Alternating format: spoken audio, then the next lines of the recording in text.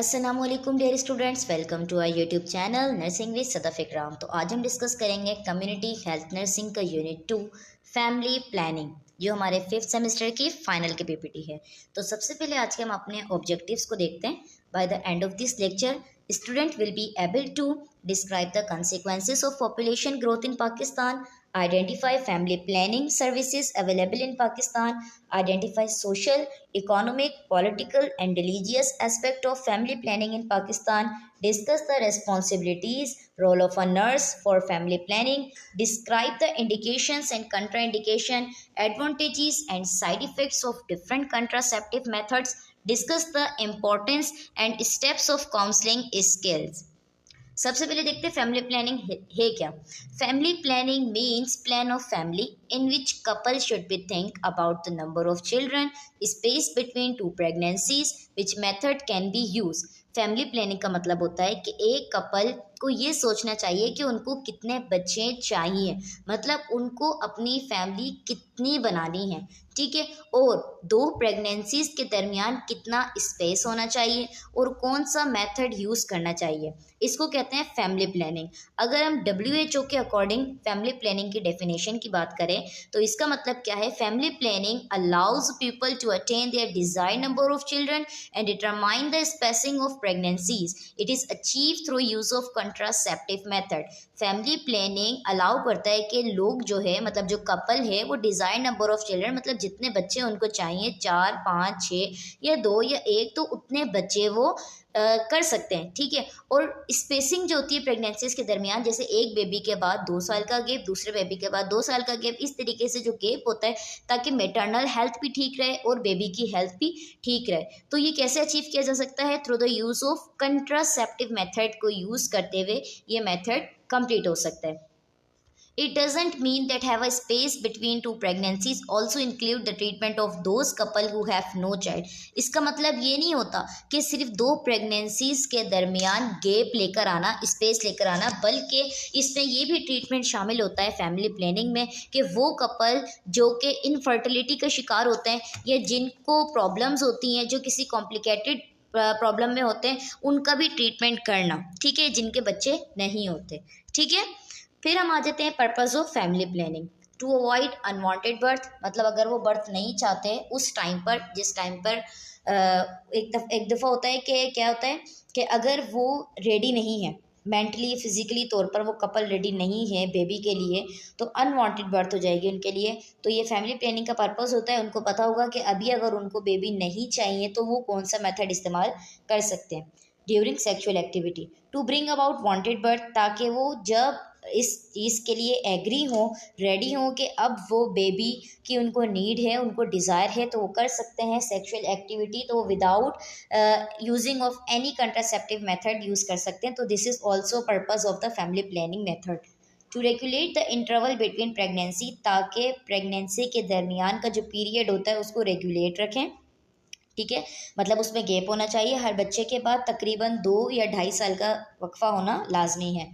To control the time at which birth occurs in relation to the age of the parents, ताकि उस time को control किया जा सके कि उनके रिलेशन में और पेरेंट्स की एज में कब उनको बेबी चाहिए, मतलब कब वो चाहते हैं कि बेबी होना चाहिए या नहीं होना चाहिए, तो उस टाइम को वो कंट्रोल कर सकें। To reduce the maternal and child mortality and mobility rate, ताकि माँ और बच्चे की सेहत इसमें ठीक रहे, बच्चे की मोर्टिलिटी और मोबिलिटी रेट भी ना हो। Prevent from sexual transmitted disease, और सेक्शुअली ट्रांसमिटेड होने वाली डिजीज से भी बच सकें। फैमिली प्लानिंग के ऑब्जेक्टिव्स क्या होते हैं? To gain knowledge about methods of contraception which are available, वो मेथड्स अवेलेबल हैं कंट्रासेप्शन के लिए, उसके बारे में नॉलेज हासिल करना। To maintain and knowledge about all registered related to family planning, ताकि जितने भी फैमिली प्लानिंग से रजिस्टर्ड इदारे होते हैं उसके बारे में नॉलेज हासिल करना।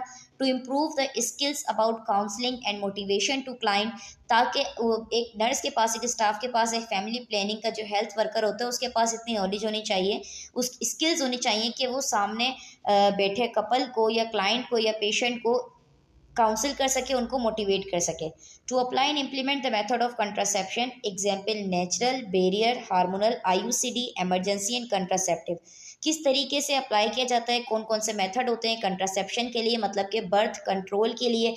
नेचुरल कुछ तरीके होते हैं, कुछ बैरियर केमिकल होते हैं, हार्मोनल इफेक्ट होते हैं, IUCD intra uterine contraceptive devices और एमरजेंसी कंट्रासेप्टिव पिल्स भी ली जाती हैं। To gain knowledge about contraindication and side effect of contraceptive method, ताकि कंट्राइंडिकेशन के बारे में नॉलेज हो सके कि कब नहीं लेना चाहिए कंट्रासेप्टिव मेथड और उसके साइड इफेक्ट क्या होते हैं, इस चीज़ के बारे में पता होना चाहिए।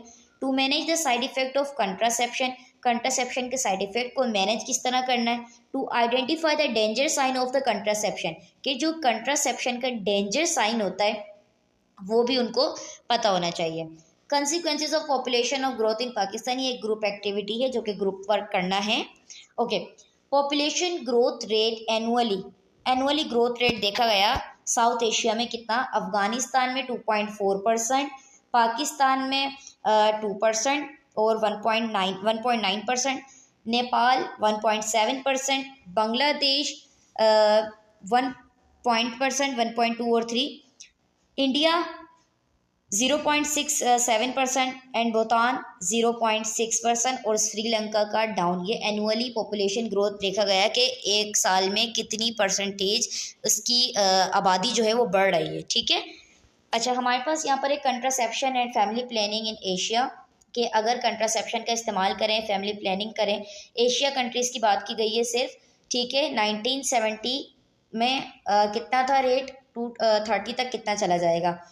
तो यहाँ पर हर एक कंट्री यहाँ पर मेंशन है और इसमें ये दिया हुआ एशिया कंट्रीज़ में कि 1970 में कितना रेशो था जो फीमेल कंट्रासेप्टिव यूज़ करती थी। यहाँ पे सिर्फ फीमेल्स की बात हो रही है। ठीक है, वो परसेंटेज यहाँ पर मेंशन की गई है, वो वुमेन्स जो कि कंट्रासेप्शन यूज़ करती थी। तो 1970 में उनकी क्या परसेंटेज थी, 2015 में क्या परसेंटेज है उसी कंट्री की, और आउटकम प्रोबेबली आउटकम क्या होगा या एक्सपेक्टेड आउटकम क्या होगा 230 में। ठीक है, तो यहाँ पर हम कुछ की बात कर लेते हैं। जैसे कि हम पाकिस्तान की बात करें तो 4.3% 1970 में इतना परसेंट यूज़ किया जाता था कंट्रासेप्टिव मेथड फैमिली प्लानिंग के लिए। उसके बाद ये इस्तेमाल किया गया 38.5 इन 2015 और एक्सपेक्टेड आउटकम लिखा जा रहा है 52.8% इन 230। ठीक है, 2030 में इतना किया जाएगा यूज़। फिर अगर हम बात कर लेते हैं, यहाँ से हम दूसरा ले लेते हैं इंडिया की बात करें तो 28.4% 1970 में, देन 67.8% 2015 में और 68.5% 2030 में।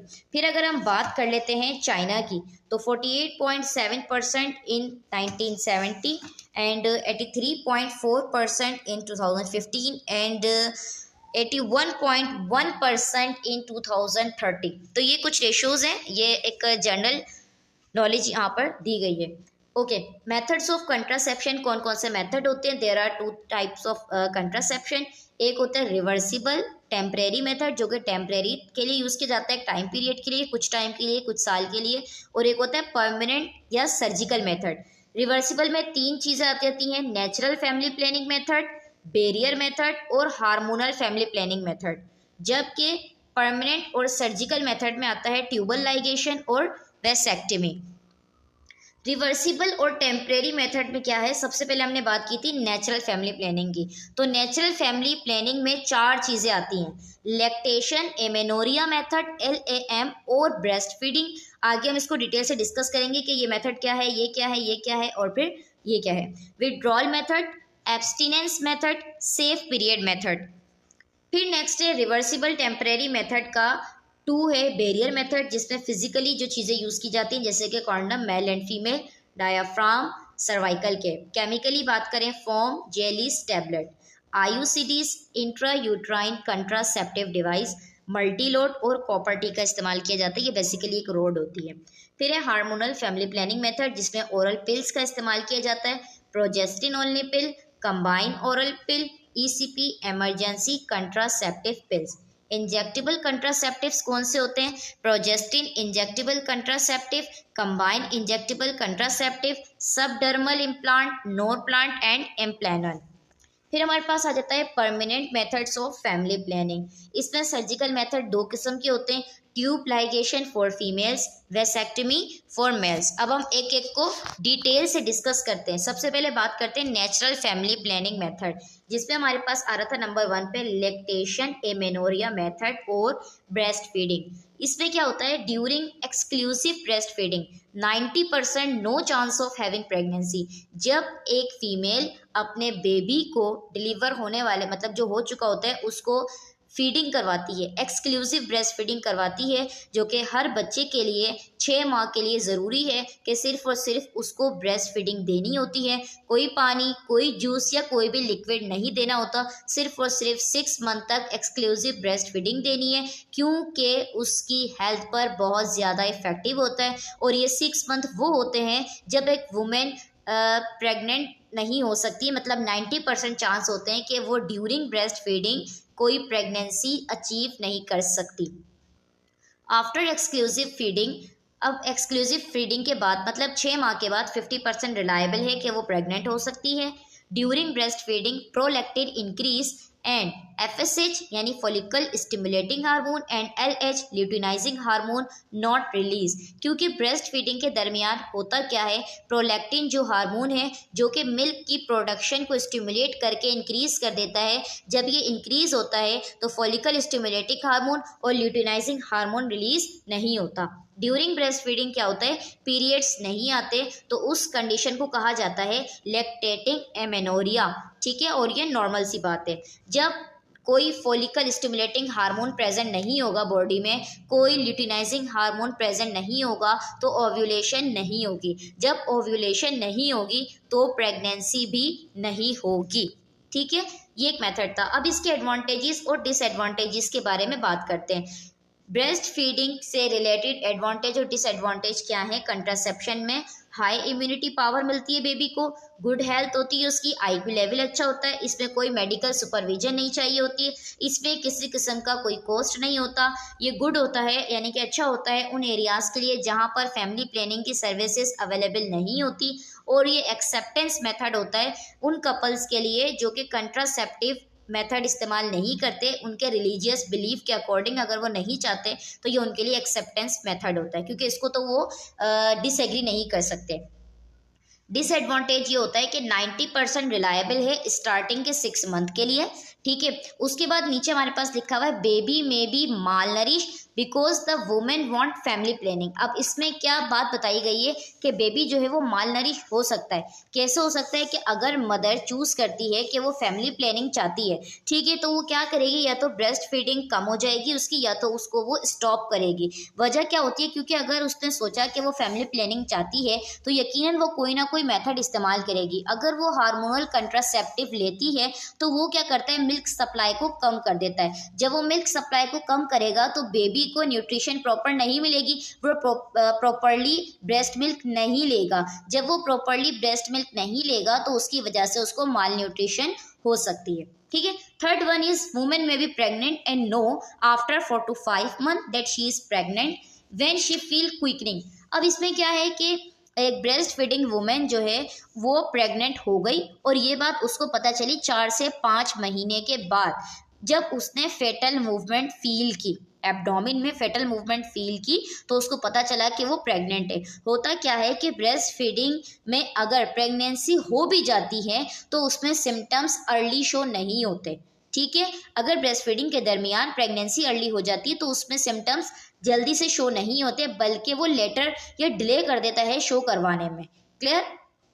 तो इसी वजह से उसको 4 से 5 महीने के बाद पता चलता है कि वो ऑलरेडी प्रेग्नेंट है।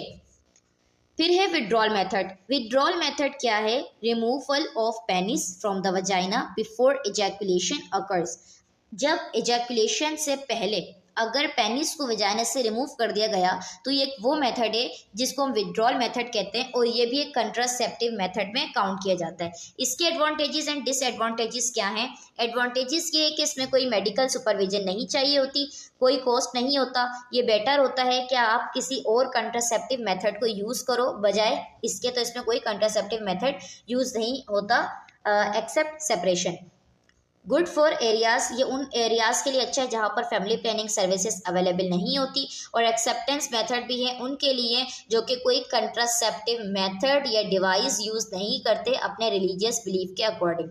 अब इसका डिसएडवांटेज क्या है, ये रिलायबल नहीं होती क्योंकि अगर मेन उस वक्त सेपरेट नहीं होता, ठीक है, जब एजैकुलेशन होती है उस दरमियान या उस पीरियड में, उस टाइम पर अगर मेन सेपरेट नहीं हुआ और अगर कोई भी सेमेन का जो ड्रॉप होता है वो इनसाइड चला गया, ठीक है, इन द फीमेल वजाइना अगर वो ड्रॉप हो जाता है तो एक ड्रॉप ऑफ द स्पर्म, एक ड्रॉप जो है वो काफ़ी होता है स्पर्म का कि उससे फीमेल प्रेग्नेंट हो सकती है, ठीक है, क्योंकि वो जो है जब ओवम के साथ मिलेगा फ्यूज होगा तो फर्टिलाइजेशन हो जाएगी। इसमें जो है मेल्स को हाई डिग्री का सेल्फ कंट्रोल होना लाजमी है, सिंस ये डायरेक्टली रिलेट करता है सेक्स एक्ट से, तो इसमें कपल्स जो है वो रिलैक्स नहीं हो सकते, पॉसिबली है। And there some time it is not a very acceptable, ये कुछ टाइम होता है कि सम टाइम होता है लेकिन हर दफ़ा ये एक्सेप्टेबल नहीं किया जाता। Third one is abstinence. What is abstinence? Abstinence का मतलब होता है कोई सेक्सुअल एक्टिविटी नहीं होगी। Abstinence is when partners do not engage in sexual intercourse. Abstinence का मतलब होता है कि जब पार्टनर्स जो है वो सेक्सुअली इंटरकोर्स या सेक्सुअल एक्टिविटी में इंगेज नहीं होंगे। ये 100% मेथड होते हैं बर्थ कंट्रोल का। इसमें जो है दोनों पार्टनर्स के दरमियान कम्युनिकेशन होना लाजमी है, तभी एब्सटिनेंस सक्सेसफुली हो सकता है। और ये ज़्यादातर ऑल टाइम के लिए यूज़ होता है। अगर होल ईयर कंट्रोल किया जाए या अवॉइड किया जाए सेक्सुअली इंटरकोर्स से तो ड्यूरिंग द अनसेफ पीरियड के लिए यूजलेस हो सकता है। मतलब जो अनसेफ पीरियड होते हैं, अब अनसेफ पीरियड कौन से होते हैं फीमेल के और सेफ पीरियड कौन से होते हैं, ये आगे हम डिटेल से डिस्कस करेंगे। इसके एडवांटेज एंड डिसएडवांटेज देख लेते हैं। बेटर देन नथिंग, कुछ ना करो तो आप बेहतर है, ठीक है। No medical supervision, no any cost, acceptable है रिलीजियस पर्सन के लिए। Not highly reliable, highly reliable भी नहीं है, ठीक है, क्योंकि अगर कम्युनिकेशन प्रॉपर ना हुई तो उससे भी चांसेस हो सकते हैं। Complete abstinence for 12 month. Disadvantage ये है कि आपको कंप्लीटली 12 मंथ के लिए एब्सटिनेंस होना पड़ेगा, कोई सेक्सुअल एक्टिविटी नहीं होगी। होल ईयर कंट्रोल और avoid become useless by one sexual intercourse during the unsafe period. वही बात है कि होल ईयर तो वो कंट्रोल हो सकता है लेकिन साथ में क्या हो सकता है, जो अनसेफ पीरियड होते हैं उसमें सेक्सुअल इंटरकोर्स हो सकता है या नहीं हो सकता, ये हम आगे सेफ पीरियड और अनसेफ पीरियड पढ़ेंगे तो उसमें देखेंगे। अब देख लेते हैं सेफ पीरियड क्या होता है। There are certain days in the monthly cycle of a women when there is no free female egg in the women body. Female की मंथली साइकिल चलती है जिसको हम कहते हैं मेंस्ट्रुएशन साइकिल, मेंस्ट्रुएशन पीरियड, ठीक है, जिसमें जो साइकिल होती है उसमें एक साइकिल ऐसी आती है जिसमें वुमेन की बॉडी में कोई एग नहीं होता। इसका मतलब ये नहीं है, इसका मतलब ये है कि उसकी बॉडी में जो ओवरीज प्रेजेंट है या तो वहाँ से एग रिलीज नहीं हुआ या तो फिर एग रिलीज हुआ और वो डाई हो गया, दोनों कंडीशन हो सकती हैं। During this eggless period there a women can not be pregnant. अगर इन डेज में इंटरकोर्स किया जाए कि जब वुमेन की body feel free from egg हो तो वुमेन प्रेग्नेंट नहीं हो सकती, क्योंकि जब स्पर्म ओवम के साथ फ्यूज नहीं होगा तो फर्टिलाइजेशन नहीं होगी। अब ये सेफ पीरियड कौन सा है, अनसेफ पीरियड कौन सा है, इसको भी हम देख लेते हैं। Not suitable for the women who does not have regular periods. ये उन वुमेन्स के लिए सुइटेबल नहीं है जिनको रेगुलर पीरियड्स नहीं होते। इसमें सेल्फ कंट्रोल होना लाजमी है अनसेफ पीरियड में। जब अनसेफ पीरियड चल रहा होता है फीमेल का तो उसमें सेल्फ कंट्रोल होना लाजमी है। स्पर्म की जो लाइफ होती है वो कितनी होती है 72 आवर्स, लेकिन आज और कल की रिसर्च में या अभी टाइमली जो रिसर्च हुई है उसमें देखा गया कि स्पर्म का जो लाइफ स्पेन होता है वो 5 डेज होता है न्यूली रिसर्च के अकॉर्डिंग, ठीक है। ओवम का जो लाइफ स्पेन है वो 48 आवर्स बताया गया है।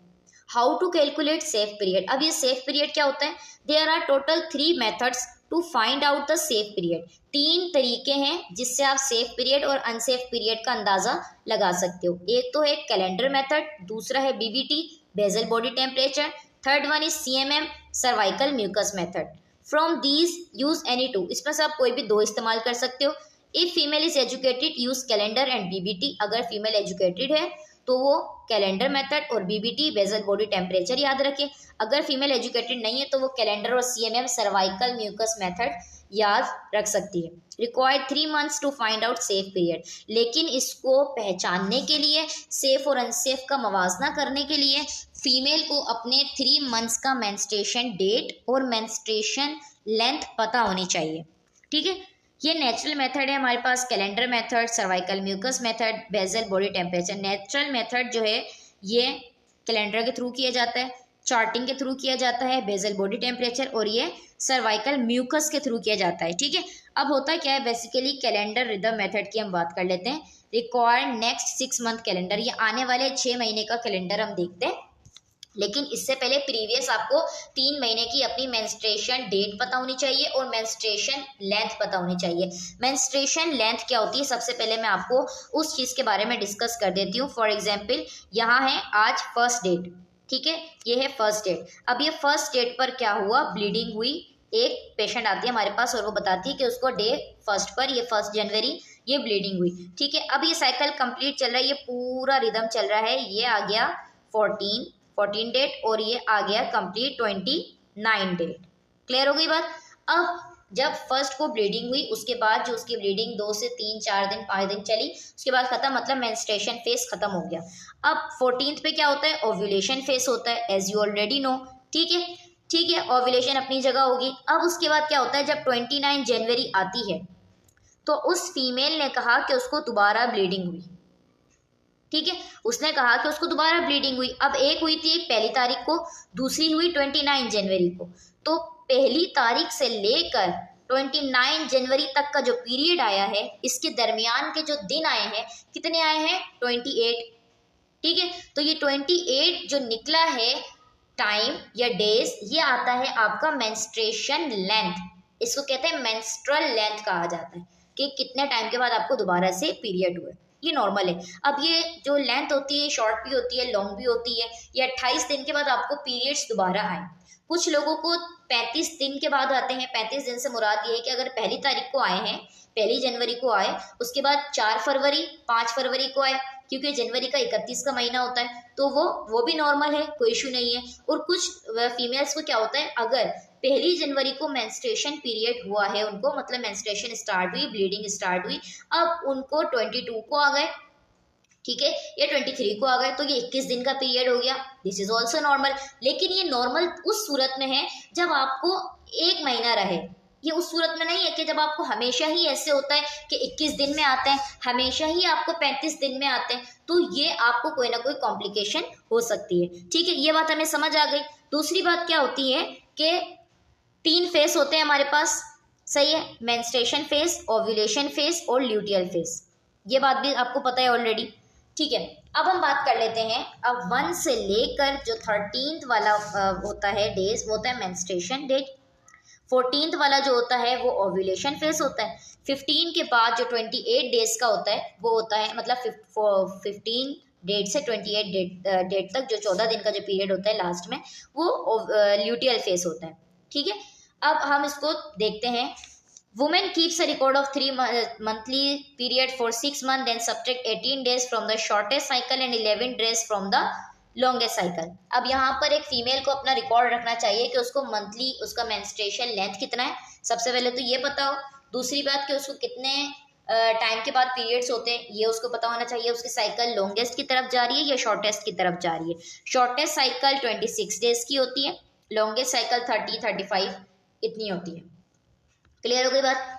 अच्छा, ये साइकिल आगे हमारे पास चार्ट दिया हुआ है, हम उसको डिस्कस करते हैं कि क्यों इसमें से ये माइनस किया, ये सारी चीज़ें। इसका मतलब ये होता है कि 8 से 19 तक का जो पीरियड होता है ना, ये अनसेफ पीरियड होता है। ये जो आपके पास डेट निकली है ना, 8 तारीख से लेकर 19 तारीख तक का जो पीरियड होता है, ये अनसेफ पीरियड होता है और फर्टाइल पीरियड होता है। मतलब अगर इन दिनों में कोई भी सेक्सुअल एक्टिविटी की गई और स्पर्म ओवम के साथ अगर फ्यूज हुआ तो फर्टिलाइजेशन हो सकती है, तो वुमेन प्रेग्नेंट हो सकती है और वो कहीं से भी कंट्रासेप्शन मेथड नहीं होगा। ठीक है, ये चीज़ें रिमेंबर रखें कि she should abstain from sexual intercourse on fertile days. Fertile days में उसने बिल्कुल एब्सटेन मतलब के एब्सेंस रखना है सेक्सुअल इंटरकोर्स को। अब देखो ये हमारे पास है safe period using the calendar method. अब ये जो अनसेफ पीरियड है ना, ये जो आप कंफ्यूज हो रहे हो यहाँ पर कि 8 से 19 तक कैसे, तो यहाँ पर इसको हाईलाइट किया हुआ है। मैं आपको बताती हूँ होता क्या। ये बेसिकली हमारे पास क्या है, ये शॉर्ट साइकिल है। शॉर्ट साइकिल भी दी गई है, लॉन्गेस्ट भी दी गई है। ठीक है, यहाँ पे दो चीजों का जिक्र है, शॉर्टेस्ट और लॉन्गेस्ट, दोनों को डिस्कस कर लेते हैं। सबसे पहले हम शॉर्टेस्ट की बात करते हैं। ये देखें, ये मंथ की डेट दी हुई है यहाँ पर 1। ठीक है, यहाँ पर पीरियड स्टार्ट हुआ ऑलरेडी मेंशन है। अब ये पीरियड जो स्टार्ट हुआ, ये सेफ डेज चल रहे हैं। सेफ डेज से मुराद ये कि उसकी अब पीरियड स्टार्ट कब होता है, जब उसकी बॉडी में जो एग था, ठीक है, वो रिलीज हुआ। ठीक है, मैच्योर एग रिलीज हो गया। अब वो एंडोमेट्रियम थिक होना शुरू हो जाती है। जब उसको स्पर्म नहीं मिलता, वो शेड आउट हो जाती है, तो मतलब मेंस्ट्रुएशन होती है। सही है, ये वो पीरियड चल रहा है। अब ये सारे डेज सेफ पीरियड चल रहे हैं इसके, मेंस्ट्रुएशन वाले। अब 8 से जो ये स्टार्ट हो रहा है, 8 से 19 तक, ये वाला कौन सा पीरियड है?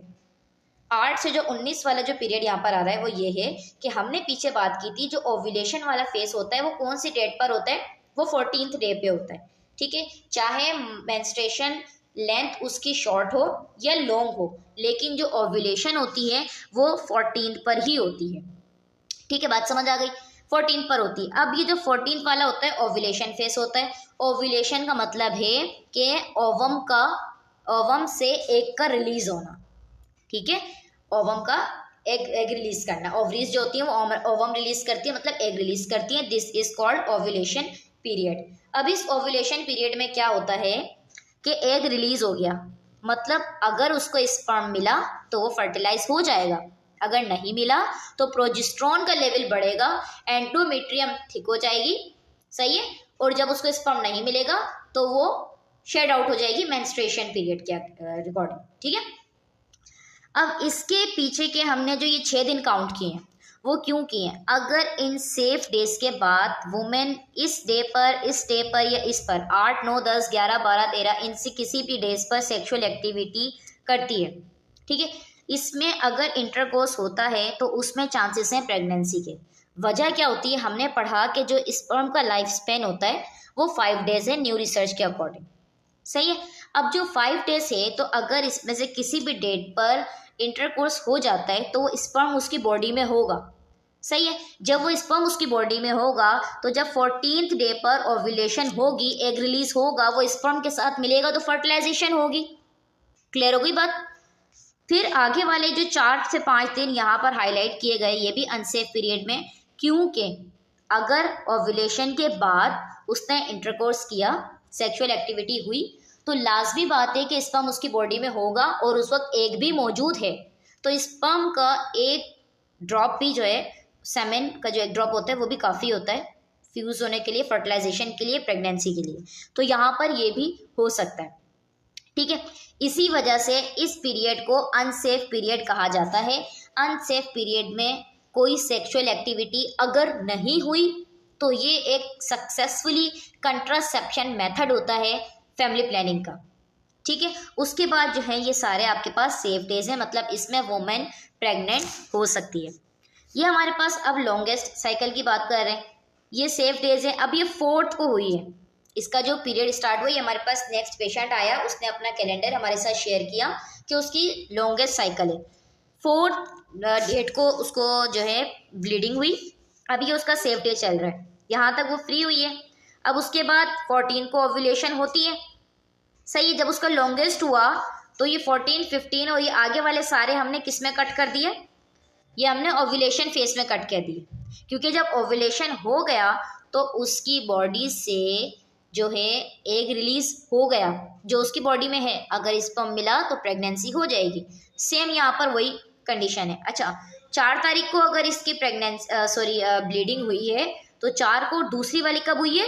2 को हुई है। मतलब अगर हम 2 से अंदाज़ा लगाएं तो ये कितना होगा? 1 महीना, और 1 महीने के मतलब 30 के बाद अगर हम इसकी बात करते हैं 30 डेज़ की, तो ये 32 डेज़ का हमारे पास लॉन्ग साइकिल मिल रहा है। 32 डेज़ का जो मिल रहा है, 32 में से आप बैकवर्ड जाओगे तो आपने 14 को माइनस करना है। जब आप 14 को माइनस करोगे, क्योंकि ओव्यूलेशन आपका कितने डेज पे होता है? 14 पे होता है। जब आप 14 को माइनस करोगे तो आपके पास पता चल जाएगा कि अनसेफ पीरियड आपके पास कहाँ से स्टार्ट है और कहाँ पर एंड हो रहा है। नेक्स्ट हम बात करते हैं basal body temperature method. Basal body temperature method में क्या होता है, take a body temperature once a daily, continue 3 month and note it down.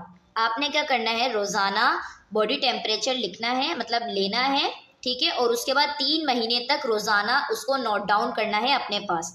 Morning 10 AM और इवनिंग 6 PM। यहाँ पर आपको टाइम पीरियड दे दिया गया कि या तो आप सुबह 10 बजे अपने बॉडी टेम्परेचर लेंगे या फिर आप शाम को 6 बजे लेंगे। फिक्स टाइम आपने करना है, कंपलसरी है।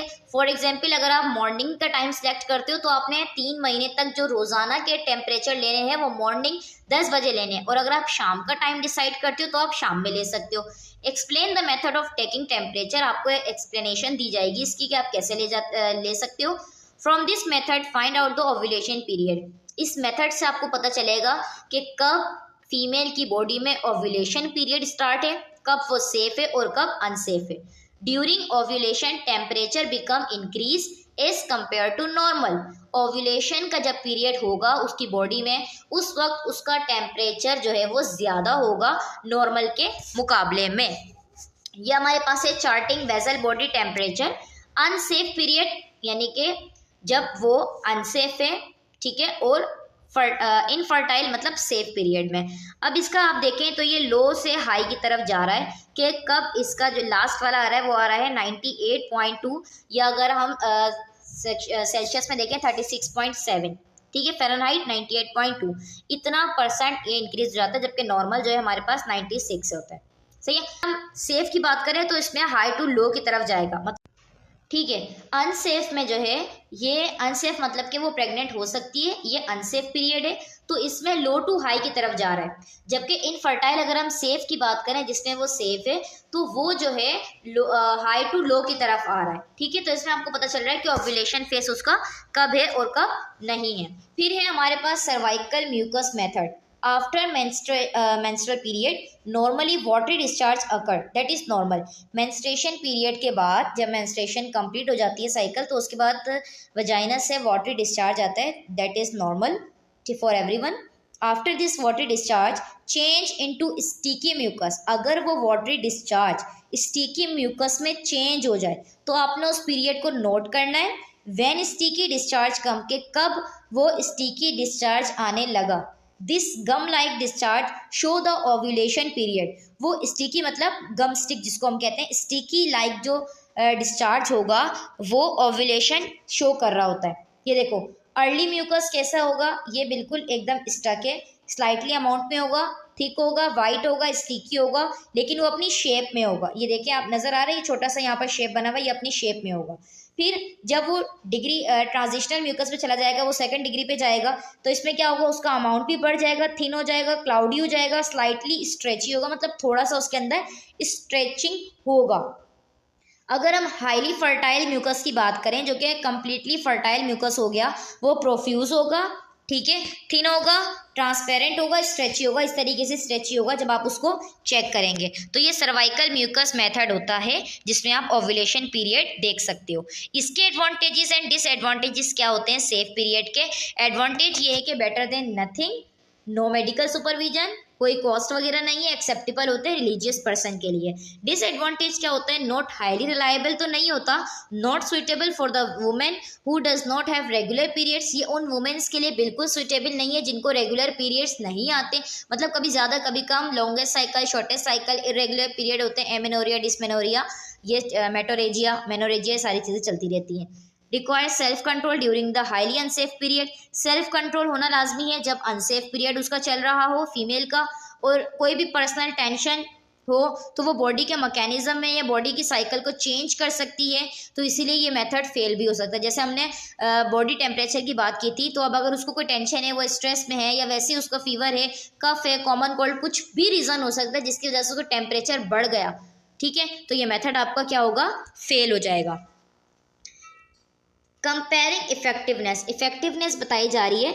मोर इफेक्टिव कब होगा, जब अगर 100 वुमेन एक साल में प्रेगनेंसी को अगर रोकें, मतलब अगर फैमिली प्लानिंग करती हैं, उन 100 में से अगर 99% को प्रेगनेंसी नहीं होती और 1 को हो जाती है, तो ये मोर इफेक्टिव होता है इन सारी चीज़ों को यूज़ करने के बाद, ठीक है, ये मोर इफेक्टिव में काउंट होगा। और अगर 100 में से 30 प्रेगनेंसीज कंफर्म हो जाती हैं तो वो लेस इफेक्टिव मेथड होगा।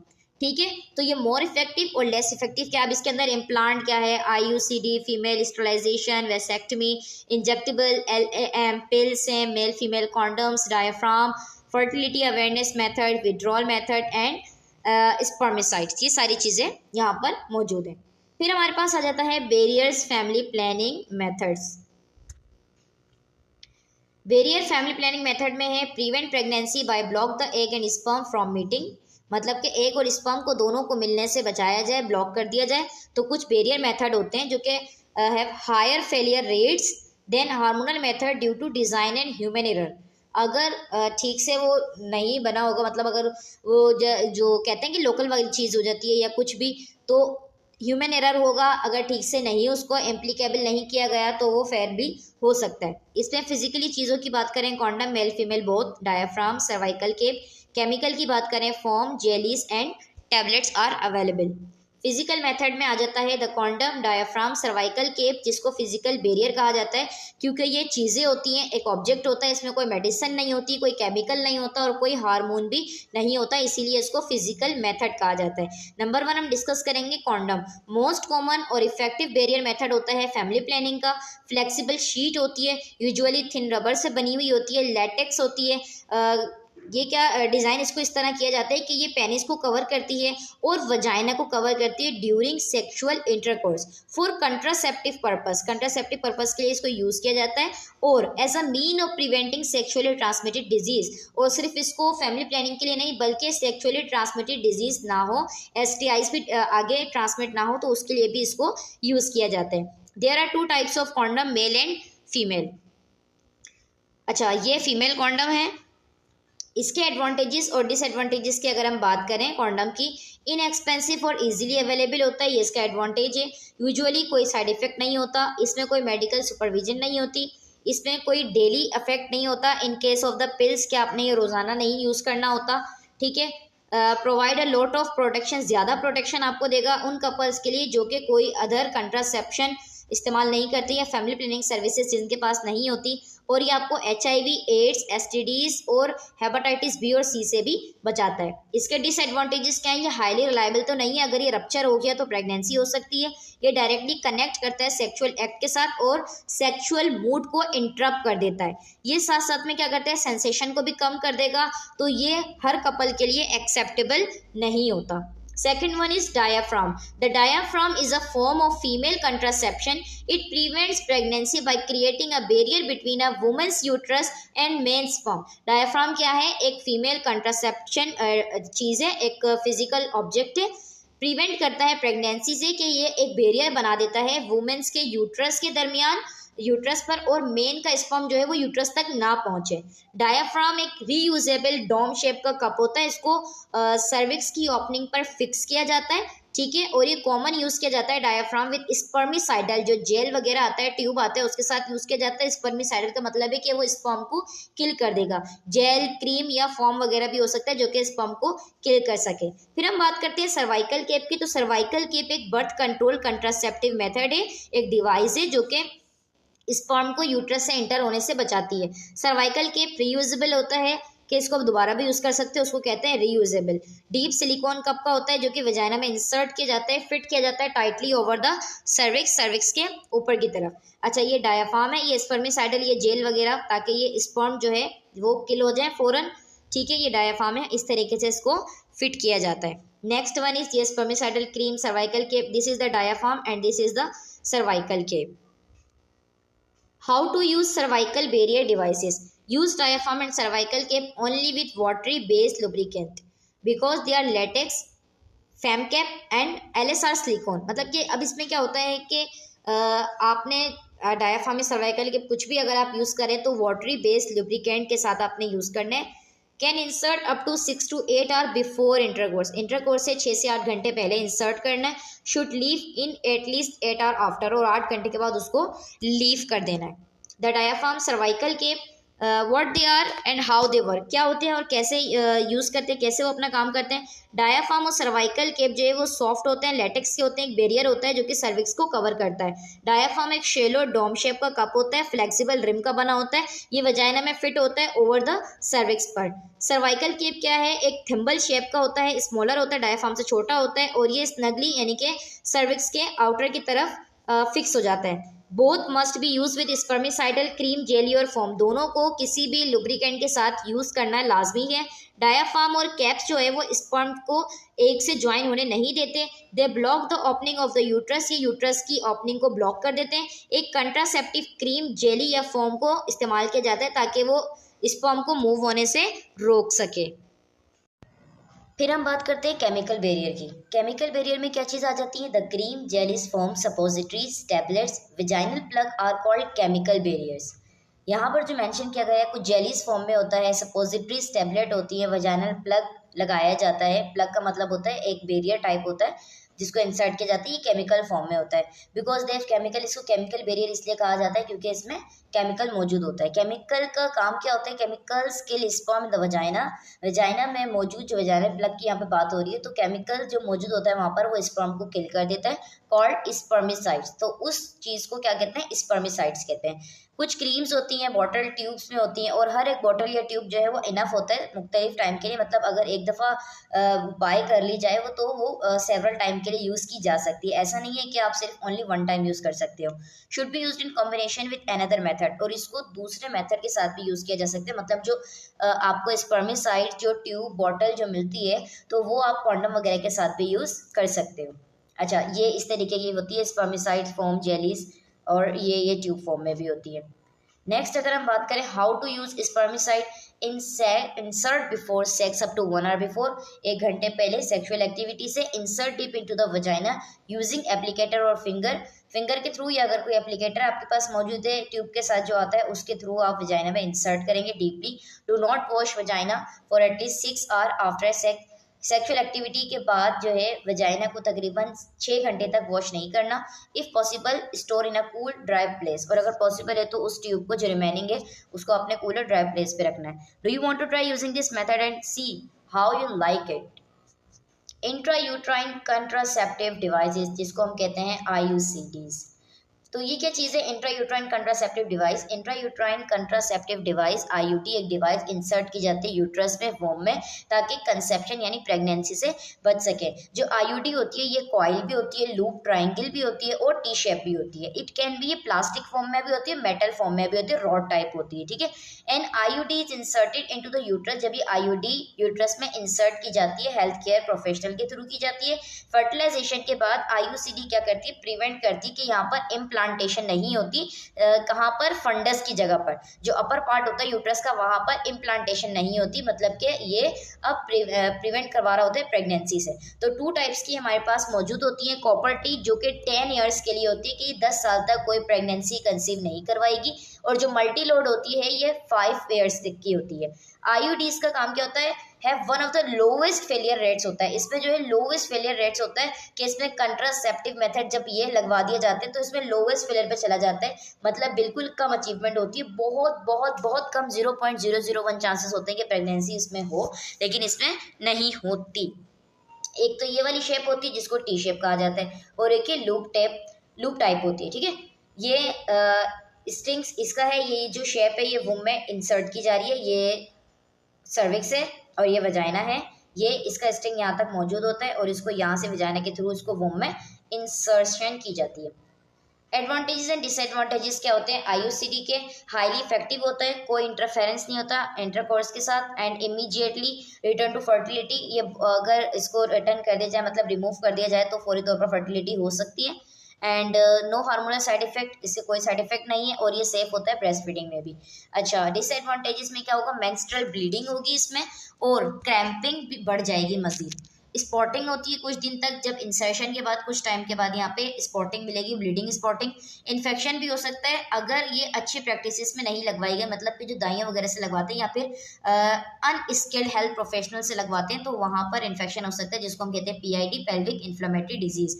मे come out accidentally if not inserted properly, और अगर ये ठीक से इंसर्ट नहीं की गई तो ये एक्सीडेंटली खुद से भी आउट हो सकती है। फिर हम बात करते हैं hormonal method of family planning. Hormonal method of family planning में क्या आ जाता है कि ये मेथड जो है कंटेन करता है, इसमें हार्मोन्स यानी कि एस्ट्रोजन और प्रोजेस्टिन दोनों शामिल होते हैं। ये सिमिलर होता है एस्ट्रोजन और प्रोजेस्टेरोन के, कि वुमेन्स की जो बॉडी होती है ना, जो वुमेन की बॉडी होती है वो उसकी अपनी बॉडी के अंदर बन रहा होता है हार्मोन। अच्छा, एक है प्रोजेस्टेरोन और एक होता है प्रोजेस्टिन। जो प्रोजेस्टिन हार्मोन होता है ये भी वुमेन की बॉडी खुद बनाती है, और ये कब होता है, ये प्रेगनेंसी में होता है, ठीक है। इट इंक्लूड्स, अब हार्मोनल इफेक्ट में क्या होता है, ओरल पिल्स होते हैं जिसमें प्रोजेस्टिन ओनली पिल दी जाती है, कंबाइन ओरल पिल दी जाती है, और ECP इमरजेंसी कंट्रासेप्टिव पिल्स का इस्तेमाल किया जाता है। नेक्स्ट आ जाती है इंजेक्टेबल कंट्रासेप्टिव, कौन से होते हैं, मतलब कि जो इंजेक्शन फॉर्म में दी जाती है, progestin injectable contraceptives CCIs and combined injectable contraceptive CICs, ये दोनों चीजें दी जाती हैं। सब डर्मल इम्प्लांट और नॉर प्लांट एंड इम्प्लानर, ये एक डर्मल इम्प्लांट के जाते हैं जो आके हम डिस्कस करेंगे। पिल्स क्या है कि जो वुमेन टेक एवरीडे, जो उसको रोजाना लेनी होती है, इंजेक्शन फॉर्म में जो है कुछ महीने के बाद लिया जाता है, ठीक है। और अगर हम बात करें इम्प्लांट की, तो ये वुमेन्स के आर्म में जो है वो कुछ सालों तक रखा रहता है, मतलब जिसको उर्दू जबान में कहा जाता है जैसे कैप्सूल वगैरह रखवाया जाता है, तो वो इस जगह पर होता है, ठीक है। ये भी एक तरीका है। अच्छा, हार्मोनल मेथड जो होता है वो वर्क करता है कि यहाँ पर वुमेन्स की जो ओवरीज होती है ना, वहाँ से एग रिलीज नहीं करवाता। अगर आप हार्मोनल मेथड इस्तेमाल करते हो तो वो प्रिवेंट करता है कि वुमेन्स की ओवरीज से एग रिलीज, ओवम प्रोड्यूस नहीं होगा। ये हार्मोन जो होता है ये म्यूकस जो होती है, जहाँ पर मतलब कि जो वुम की ओपनिंग होती है उस जगह पर जो म्यूकस होती है उसको थिक कर देता है, जो कि स्पर्म की जो मतलब कि स्पर्म जो पहुंचता है वहां तक उसको स्टॉप करता है, ताकि वो वुम के अंदर की तरफ ना जाए। जब म्यूकस थिक होगा वुम की तरफ, वुम की ओपनिंग पर म्यूकस जब थिक होगा तो वो ड्यूरिंग सेक्सुअल एक्टिविटी स्पर्म जो है वुम में इनसाइड की तरफ, मतलब अंदर की तरफ नहीं जाएंगे, ठीक है। Most birth control pills and some injections contain both estrogen and progestin. ज्यादातर जो बर्थ कंट्रोल पिल्स होती है ना, और कुछ ऐसे इंजेक्शन होते हैं जिसके अंदर दोनों एस्ट्रोजन और प्रोजेस्टिन, दोनों हार्मोनल जो मेडिकेशन होती है, पिल्स होती है, शामिल होती हैं। इसको कहा जाता है कॉम्बिनेशन पिल्स या फिर इंजेक्शन, ठीक है, जिसमें दोनों शामिल होती हैं। वैसे सेपरेट सेपरेट भी होती है, लेकिन अलग अलग भी होती है और एक साथ भी होती हैं। Two hormone work together to give excellent protection against pregnancy. अगर ये दोनों हार्मोन मिलकर एक साथ काम करते हैं तो ये एक अच्छी आपको जो है प्रोटेक्शन दे रहे होते हैं प्रेगनेंसी के खिलाफ। However, some women should not use pills और injection with estrogen for health reason or because they are breast feeding. कुछ जो वुमेन होती हैं वो पिल्स को यूज़ नहीं करती, ठीक है, और इंजेक्शन वगैरह नहीं लेती एस्ट्रोजन के साथ, और उनके कुछ हेल्थ रीजंस भी होते हैं, और जो ब्रेस्ट फीडिंग करवाती हैं तो उनको भी ये चीज़ें नहीं लेनी चाहिए, क्योंकि हमने ऑलरेडी पहले डिस्कस कर लिया कि जो ब्रेस्ट फीडिंग करवाती है अगर वो हार्मोनल मेडिकेशन लेगी तो वो ब्रेस्ट मिल्क जो है उसका कम हो जाएगा, ठीक है, मतलब कि वो रिडक्शन होना शुरू हो जाएगी। कंट्रासेप्टिव पिल्स की बात करें, the pill comes in packet of 21 और 28 टैबलेट्स। अब जो पिल्स का पैकेट आता है, जो मेडिसिन का पैकेट आता है वो 21 डेज का होता है, 28 टैबलेट्स होती हैं उसके अंदर, ठीक है। अब क्या होता है, if you have a 28 day packet, अगर आपके पास एक पैकेट है टैबलेट का जिसमें 28 टैबलेट है, ठीक है, 28 टैबलेट है, take 1 pill every day of the month. तो आपने क्या करना है, रोजाना मेडिसिन लेनी है, मतलब रोजाना एक टैबलेट लेनी है। As soon as you have finish 1 packet, तो आप इस तरीके से 28 दिन में एक पैकेट खत्म कर लेंगे। Begin taking pills from another packet, the last 7 pills in a 28 day packet are made of sugar, they have no hormones in them. अच्छा, जब पैकेट वो खत्म होना शुरू हो जाता है, जब आप दूसरा शुरू करती हैं, तो दूसरा शुरू होने से पहले जो आखिर की जो 7 गोलियां होती हैं वो शुगर से बनी हुई होती हैं, उसमें हार्मोन्स नहीं होते, और ये शुगर पिल्स जो है आपको रिमाइंडर करवाती है कि आपने दोबारा से वो मेडिसिन लेनी है। अब जो एंड की जो 7 होती है ना उसमें हार्मोन्स शामिल नहीं होते, वो बेसिकली शुगर की बनी हुई होती है। अभी ऐसा होता क्यों है, बेसिकली समटाइम ऐसा होता है ना कि हम कहते हैं कि आप ये चीज़ खा लो, तो रोज़ाना खाने के अक्सर वो आदी नहीं होते, मेडिसिन रोज़ नहीं ली जाती, लेकिन जब आप एक वो चीज़ लेते हो जिसमें आपको शुगर मिल रही होती है, मतलब मिठास आपको लगती है, फिर आपको याद रहता है कि आपने दोबारा मेडिसिन लेनी है, तो इस टाइप का ये यहाँ पर कंसेप्ट बना हुआ है। 21 day packet, take a pill every day of 21 day. अगर 21 डे वाला पैकेट है आपके पास तो आपने 21 दिन तक रोजाना रोजाना मेडिसिन लेनी है। Then wait 7 days before beginning a new packet, फिर आपने 7 दिन इंतजार करना है, उसके बाद आपने न्यू पैकेट ओपन करना है। Your monthly bleeding will usually happen during the days you are not taking the pills. अगर आपकी ब्लीडिंग हो जाती है इन 7 दिनों में तो आप पिल्स को नहीं लोगे, ठीक है। But begin a new packet even if your monthly bleeding has not come, लेकिन आपने स्टार्ट कर लेनी है। अगर ब्लीडिंग नहीं आती तो आप फिर उसको दूसरा पैकेट जो है स्टार्ट कर लेंगे। अब इसमें क्या क्या शामिल होते हैं, ओरल पिल्स की बात करें, प्रोजेस्टिन ओनली पिल जिसको मिनी पिल कहा जाता है, जिसमें सिर्फ एक हार्मोन होता है प्रोजेस्टिन। कंबाइन ओरल पिल, इसमें दोनों हार्मोन शामिल होते हैं, एस्ट्रोजन और progestin. ECP emergency contraceptive pills, ये इस तरीके की मेडिकेशन होती है, ठीक है। Emergency contraceptive pills ECP is taken after unprotected sex within 72 hours 3 days to prevent pregnancy। ECP कब ली जाती है, जब अनप्रोटेक्टेड सेक्सुअल एक्टिविटी की जाए तो 72 आवर्स के अंदर अंदर ये मेडिसिन लेनी होती है। तो ये 3 डेज में अगर आप लोगे तो आप प्रिवेंट कर सकते हो प्रेगनेंसी से। It stop or delay the release of an egg from your ovaries until the guys sperm are not active in your body and more. ये क्या करता है, ये स्टॉप कर देता है कि ओवरीज से ओवम रिलीज ना हो, या डिले कर देता है जब तक के स्पर्म आपकी बॉडी में एक्टिव नहीं होते, ठीक है। अगर आपकी बॉडी में एक दफ़ा स्पर्म एक्टिव हो गया और वो ओवम के साथ मिलकर फ्यूज हो गया तो फर्टिलाइजेशन होना लाजमी है, फिर मेडिसिन का कोई काम नहीं, ठीक है। It prevent the sperm from fertilising an egg by changing the way that the sperm moves in your body. इसमें ये प्रिवेंशन कर रहा होता है कि स्पर्म जो है फर्टिलाइजिंग नहीं हो पाता एक विदाउट एग, क्योंकि जब अगर ये डिले करवा देगा टाइमली तो ओवरीज से ओवम प्रोड्यूस नहीं होगा। जब ओवरीज से ओवम प्रोड्यूस नहीं होगा, ओवम एग रिलीज नहीं होगा तो वो स्पर्म के साथ फ्यूज नहीं होगा। जब वो फ्यूज नहीं होगा तो फर्टिलाइजेशन नहीं होगी। अगर टाइमली प्रिवेंट कर दिया जाए विद इन द 72 आवर्स तो उससे क्या होगा कि डिले कर देगा ये एग को रिलीज होने में, तो प्रेगनेंसी से बच सकते हैं। It doesn't work once the egg has been fertilize. वही बात आ गई कि अगर एक दफ़ा स्पर्म एग के साथ फ्यूज हो गया और फर्टिलाइज हो गया तो ये अपना काम नहीं करती, फिर वो फर्टिलाइजेशन हो जाती है, प्रेगनेंसी कंसीव हो जाती है।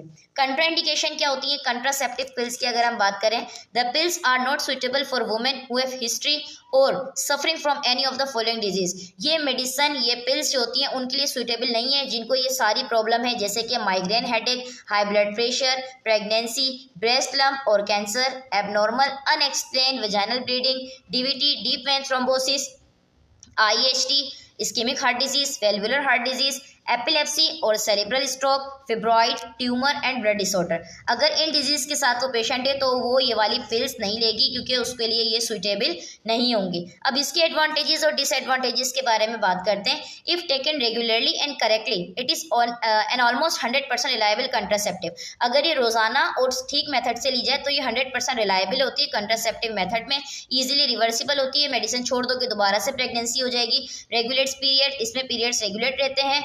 और करेक्ट हैवी पीरियड, इसमें हैवी पीरियड के भी चांसेस होते हैं। रिड्यूस, अगर हैवी पीरियड होते हैं तो वो भी ठीक हो जाते हैं। रिड्यूस और एलिमिनेट पीरियड पेन, इसमें जो मेंस्ट्रुअल ब्लीडिंग के साथ जो पेन होता है वो भी कम हो जाएगा और ख़त्म हो जाएगा। पीरियड्स आर शॉर्टर और लेस हैवी, पीरियड्स जो है वो शॉर्ट टाइम के लिए होंगे, मतलब ज़्यादा ब्लीडिंग नहीं होगी और कम हैवी होंगे, ठीक है, मतलब क्लॉट वगैरह नहीं होगा। Sometimes the facial skin become clearer and acne is improve. और इसके साथ लेने से, क्योंकि हार्मोनल लेना है तो ये हार्मोन पर इफेक्ट तो करेगी, फेशियल स्किन जो है वो क्लियर होने लगती है, जिनके फेस पर एक्नी वगैरह रहती है और एक्नी हो तो वो भी इम्प्रूव हो जाती है और ईजी टू यूज़, ठीक है। Last point easy to use. Disadvantages में क्या है, इट नीड्स डेली एफर्ट, ये रोजाना की एफर्ट है कि रोजाना मेडिसिन लाजमी लेनी है। Pill is contraindicated in certain health condition, और ये पिल कंट्राइंडिकेटेड है जो अभी हमने हेल्थ कंडीशन देखी कि उन कंडीशन से रिलेटेड अगर कोई पेशेंट है तो वो नहीं ले सकती। For a very small number it is risky to take the pill, बहुत कम नंबर में ये कि आप मेडिसिन लेते हो तो वो रिस्की आपके लिए बन जाता है, बहुत कम अमाउंट में ये होता है कि वो आपको कोई कॉम्प्लिकेशन का शिकार ना कर दे। It doesn't protect against STDs और एड्स, लेकिन ये मेडिसिन जो है इसका डिसएडवांटेज ये कि जब आप ये मेडिसिन लोगे तो ये सेक्सुअल ट्रांसमिटेड डिजीज और एड्स, अक्वायर्ड इम्यूनोडेफिशिएंसी सिंड्रोम जैसे बीमारियों से नहीं बचा सकती। Injectable hormone contraceptive, in this family planning method a woman is given injection of hormones every 1 to 3 months, usually at a health center or family planning clinic. The protection lasts until you need a new injection. Family planning method में क्या होता है, एक women को injection दिया जाता है, hormonal injection, जो कि हर 3 महीने में दिया जाता है और ये हेल्थ केयर सेंटर या फिर फैमिली प्लानिंग क्लिनिक में दिया जाता है। ये प्रोटेक्शन जो है लास्ट जब तक चलती है जब तक आप कोई न्यू इंजेक्शन नहीं लगवा लेते, ठीक है। हर पहले से तीसरे महीने मतलब 3 महीने के दरमियान ये दिया जाता है, या तो 12 हफ्तों में या फिर 3 हफ्तों में 3 महीने में दिया जाता है। अब इंजेक्शन विथ वन हार्मोन की बात करें, प्रोजेस्टिन ओनली इंजेक्शन, तो इसमें कुछ हार्मोन होता है प्रोजेस्टिन जो कि स्पेशली गुड होते हैं उन वुमेन्स के लिए जो कि एस्ट्रोजन जिनकी बॉडी में प्रोड्यूस नहीं होता, मतलब कि ये उनके लिए गुड होता है। Who should not use estrogen, जिनकी बॉडी एस्ट्रोजन को यूज नहीं करती, तो उनके लिए ये प्रोजेस्टिन ओनली इंजेक्शन अच्छा होता है। एग्जाम्पल यहाँ पर इंजेक्शन का नाम है डेपो प्रोवेरा DMPA, ये 150 mg होते हैं, IM दिया जाता है हर 12 हफ्तों में, वही 3 महीने के बाद।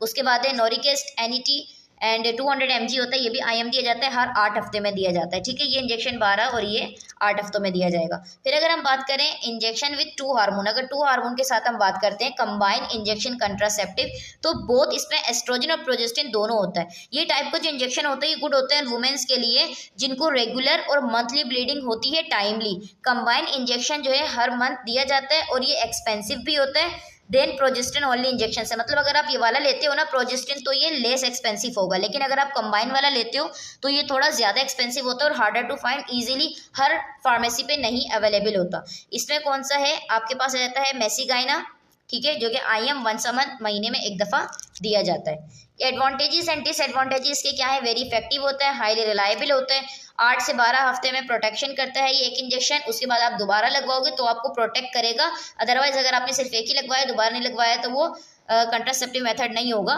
ठीक है, वो सिर्फ एक टाइम के लिए होगा और उसके बाद दोबारा प्रेगनेंसी हो जाएगी। नो डेली एफर्ट इसके अंदर कोई नहीं होती और ये डिसकंटिन्यू भी हो सकता है without need a clinical procedure, इसमें कोई क्लिनिकल प्रोसीजर नहीं होता, इंजेक्शन लगवाना छोड़ दिया तो ये डिसकंटिन्यू हो गया। डिसएडवांटेज में क्या है कि इसके मंथली पीरियड जो है वो इरेगुलर भी हो सकते हैं, समटाइम नहीं भी आते। अगर आप इसको स्टॉप कर देते हो इंजेक्शन को तो ये तकरीबन 6 से 18 महीने लेता है वुमेन को और ये दोबारा से प्रेग्नेंट कर देता है, ठीक है। मतलब इसमें इनफर्टिलिटी की कोई ऐसी बात नहीं है, ये दोबारा से प्रेग्नेंट वुमेन हो सकती है विद इन 6 to 18 मंथ्स में, मतलब साल से 1.5 साल में। It doesn't protect against STDs और एड्स, ये भी STDs और एड्स से प्रोटेक्ट नहीं करता। सबडर्मल इम्प्लांट की अगर हम बात करें, इम्प्लांट्स और स्मॉल होती हैं, सॉफ्ट ट्यूब्स होती हैं जो कि अंडर द स्किन और इनसाइड द वुमेन्स आर्म रखी जाती है, हाथ के अंदर रखी जाती है। ये जो ट्यूब्स होती हैं इसमें कुछ हार्मोन होता है जैसे कि प्रोजेस्टिन जो कि मिनी पिल्स की तरह काम करता है। 2 टाइप होते हैं इम्प्लांट्स के, एक होता है नोर प्लांट जिसमें 6 रोड्स होती हैं जो 5 ईयर के लिए इफेक्टिव होती है, एक होता है इम्प्लानेंट जो कि 1 रोड होती है और ये 3 ईयर के लिए इफेक्टिव होती है। ये क्या करती है, प्रेगनेंसी से प्रिवेंट करती है तकरीबन 3 to 5 ईयर्स के लिए, और ये डिपेंड करता है कि आप कौन से टाइप की इम्प्लांट लगवा रहे हो, नोर प्लांट लगवा रहे हो या फिर इम्प्लानल लगवा रहे हो।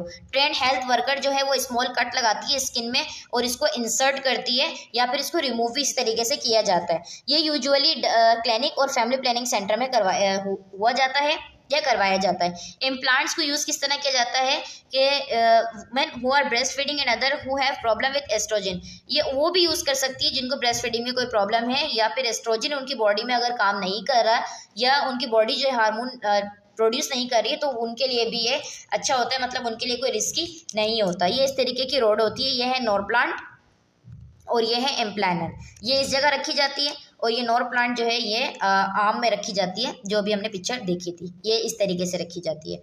ये इस तरह इंसिजन किया जाता है, एक छोटा सा कट लगाया जाता है, फिर ये इस इंस्ट्रूमेंट के थ्रू 6 रोड्स को अंदर इंसर्ट किया जाता है। सबडर्मल इम्प्लांट कहते हैं इसको। इम्प्लांट जो है अंडर द स्किन और आर्म रखा जाता है, ये इस तरीके का बन जाता है फिर, ठीक है। एडवांटेज एंड डिसएडवांटेजेस की बात करें तो 100% रिलायबल होता है ब्रेस्ट फीडिंग मदर के लिए भी, मतलब वो भी यूज़ कर सकती हैं, उसमें कोई रिस्क नहीं है या ब्रेस्ट फीडिंग पे कोई इफेक्ट नहीं पड़ेगा। इसमें कोई डेली एफर्ट नहीं होती, ये प्रिवेंट करेगा प्रेगनेंसी से कुछ सालों तक, जैसे 3 से 5 साल तक। इसमें no connected with sex act से कोई कनेक्ट नहीं होता और ये एक्सेप्टेबल भी होता है both the husband and the wife. Can be taken out any time, किसी भी वक्त आप इसको ले सकते हो। साथ में क्या है, return to fertility within 3 months, और ये अगर आपने रिमूव करवा लेते हो अगर आप ये इम्प्लानर या नोर प्लांट, तो उससे क्या होगा कि ये 3 मंथ्स में दोबारा से फर्टिलिटी रिटर्न हो जाएगी, 3 मंथ्स में वो जो है वुमेन है वो दोबारा से प्रेग्नेंट हो जाएगी। डिसएडवांटेजेस की बात करें तो कुछ वुमेन एक्सपीरियंस कर रही होती है कि उनकी मेंस्ट्रुअल साइकिल में इसकी वजह से चेंज आ रहा है।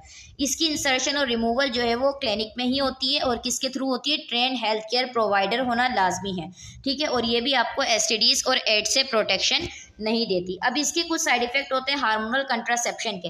हार्मोनल कंट्रासेप्शन हमने जितने भी पढ़े उन सब के, पिल्स में भी और ये रॉड में भी, कि इसमें क्या क्या चीज़ें होती हैं, वेट गेन हो जाता है, headache and migraine, irregular periods, mood changes, decrease sexual desire, acne, nausea, breast tenderness, missed period, changes in eyesight, increase in appetite, hirsutism. Hirsutism का मतलब होता है कि आपकी बॉडी पर बालों का निकल आना, increase in body temperature. Clear? बाकी सारे साइन सिम्टम आप ऑलरेडी पढ़ चुके हैं और सारे समझ आ चुके हैं। अच्छा, अब हम बात कर लेते हैं permanent and surgical method of family planning. Permanent और सर्जिकल मेथड कौन सा है जिसके लिए सर्जरी की नीड होती है? Voluntary surgical contraceptive, minor voluntary surgical procedure होता है, परमानेंटली टर्मिनेट किया जाता है फर्टिलिटी इन मेन और फर्टिलिटी इन इनफर्टिलिटी इन वुमेन। मतलब क्या है, वो मेन भी जो है स्पर्म को प्रोड्यूस करेगा बट वो प्रेगनेंसी नहीं करवा सकता और वुमेन भी प्रेग्नेंट नहीं हो सकती। ठीक है, उसको जो स्पर्म्स होंगे वो बिल्कुल लेस काउंट की तरफ चले जाएंगे। तो मेन में जो है वेसेक्टमी होती है, वुमेन में ट्यूबल लाइगेशन होती है। वेसेक्टमी का क्या है कि ये वास्ट डिफरेंस को ब्लॉक करते हैं, तो स्पर्म जो है वो काफी टाइम तक प्रेजेंट वहां पर नहीं होते और एजैकुलेट नहीं होते। ट्यूबल लाइगेशन में क्या होता है कि मिनी लेप्रोटोमी की जाती है, लेप्रोस्कोपी के थ्रू फेलोपियन ट्यूब को ब्लॉक कर दिया जाता है, उसको टाइंग या तो बांध दिया जाता है रबड़ से। ठीक है, रबर होती है ब्लैक कलर की, उससे तो उसको बाइंड कर दिया जाता है या फिर उसको कट कर दिया जाता है ताकि स्पर्म जो है वो ओवम तक नहीं पहुंचे। ये मेल फीमेल दोनों में होता है, दोनों में से कोई भी करवा सकता है। ठीक है, लेकिन इसका मतलब ये होता है कि मुकम्मल फर्टिलिटी का ख़त्म करवाना, इसके बाद कोई चांसेस नहीं होते कि फीमेल जो है वो प्रेग्नेंट हो सकती है या मेल के स्पर्म जो है वो प्रेग्नेंट करवा सकते हैं। फिर हमारे पास ट्यूबल लाइगेशन की सबसे पहले हम बात कर लेते हैं। It is a surgical procedure for sterilisation in female. ये एक सर्जिकल प्रोसीजर होता है, स्टरलाइजेशन फीमेल में होता है, ये परमानेंट होता है बर्थ कंट्रोल के लिए और ये प्रिवेंट करता है कि वुमेन दोबारा से प्रेग्नेंट नहीं होती। इसमें सर्जरी में क्या होता है, कट लगाया जाता है या तो फिर फेलोपियन ट्यूब को टाई कर दिया जाता है, बांध दिया जाता है, फिर सील द फेलोपियन ट्यूब, उसको बिल्कुल सील आउट कर दिया जाता है। This block the path between the ovaries and the uterus. और ये वो रास्ता जो कि ओवरीज से यूट्रस तक का जो रास्ता जा रहा है फेलोपियन ट्यूब का, यहाँ पर आपको नजर भी आ रहा है, इसको ब्लॉक आउट कर देता है। ठीक है, तो स्पर्म जो है वो एक तक नहीं पहुंचते तो फर्टिलाइज नहीं होते।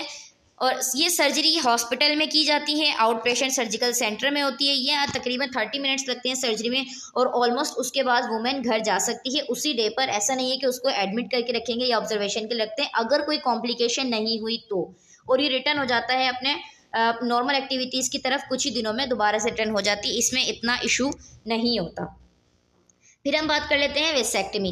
वेसेक्टमी क्या है, एक सर्जिकल प्रोसीजर है, मेल के लिए होता है, स्टरलाइजेशन और परमानेंट कंट्रासेप्शन होता है कि अगर वेसेक्टमी कर दी गई तो ये परमानेंट है कि वो इनफर्टिलिटी उसमें कॉज हो जाएगी। ठीक है, ड्यूरिंग दिस प्रोसीजर, इस प्रोसीजर में क्या होता है कि मेल वास डिफरेंस को कट लगाया जाता है, या तो उसको टाई आउट कर दिया जाता है या फिर उसको सील आउट कर दिया जाता है ताकि स्पर्म की प्रोडक्शन ना हो, स्पर्म जो है यूरिथ्रा की तरफ ना आए और वो फर्टिलाइजेशन मतलब इजैकुलेशन ना हो। Hospitalisation is not normally required as the procedure is not complicated. Hospitalisation नहीं होती इसमें, इस प्रोसीजर में, मतलब 30 मिनट्स की वही सेम सर्जरी होगी। अगर तो कोई कॉम्प्लिकेशन नहीं हुई तो इसमें मरीज को हॉस्पिटलाइजेशन नहीं रखते, इसको भेज देते हैं उसी दिन पर। इंसीजन जो है वो स्मॉल लगाया जाता है, ज़्यादा बड़ा इसमें मतलब माइनर सर्जरी होती है, कोई मेजर इसमें कट वगैरह नहीं होता। क्वालिटीज़ क्या होती हैं, of a good contraceptive, reliable हो, एक्सेप्टेबल हो, इजीली अवेलेबल हो, चाहे आप कोई भी मेथड यूज़ कर रहे हो, इनएक्सपेंसिव हो, इजी टू यूज़ हो, रिवर्सिबल भी हो वो प्रोसीजर अगर आप चाहते हैं तो, सेफ हो आपके लिए and doesn't interfere with sexual life, और आपकी सेक्सुअल लाइफ में कोई भी वो एक्ट ना करे। फैमिली प्लानिंग की काउंसलिंग क्या करनी चाहिए, इंक्रीज एक्सेप्टेंस, उस चीज़ को एक्सेप्ट करने की आपके अंदर ताकत होनी चाहिए कि अगर आपको कंट्रासेप्टिव मेथड बताया जा रहा है तो आप दोनों एग्री हो। प्रोमोट इफेक्टिव यूज़, किस तरीके से यूज़ करना है। इम्प्रूव कंटिन्यूएशन, अपनी कंटिन्यूएशन दोबारा इंप्रूव कर लेना, मतलब रिवर्स कर लेना। इंक्रीज क्लाइंट सेटिस्फेक्शन, के क्लाइंट की सेटिस्फेक्शन मोस्ट ज़रूरी है, स्पेशली कपल्स की। डिस्पेल्स र्यूमर्स एंड मिसकंसेप्शन, जो भी मिथ वगैरह होती हैं, जो मिसकंसेप्शन होते हैं उसको ख़त्म करना चाहिए, उसको बिल्कुल रिमूव कर देना चाहिए। ओके, ये आपके पास एक सिंपल सा टास्क है, discuss the responsibilities, role of nurse for family planning, describe the consequences of population growth in Pakistan, identify social, economic, political and religious aspects of family planning in Pakistan. तो ये था आज का हमारा कंप्लीट यूनिट फैमिली प्लानिंग के according. अगर इसमें कोई क्वेश्चन हो तो उसका क्वेश्चन आप कमेंट सेक्शन में पूछ सकते हैं। Thank you so much.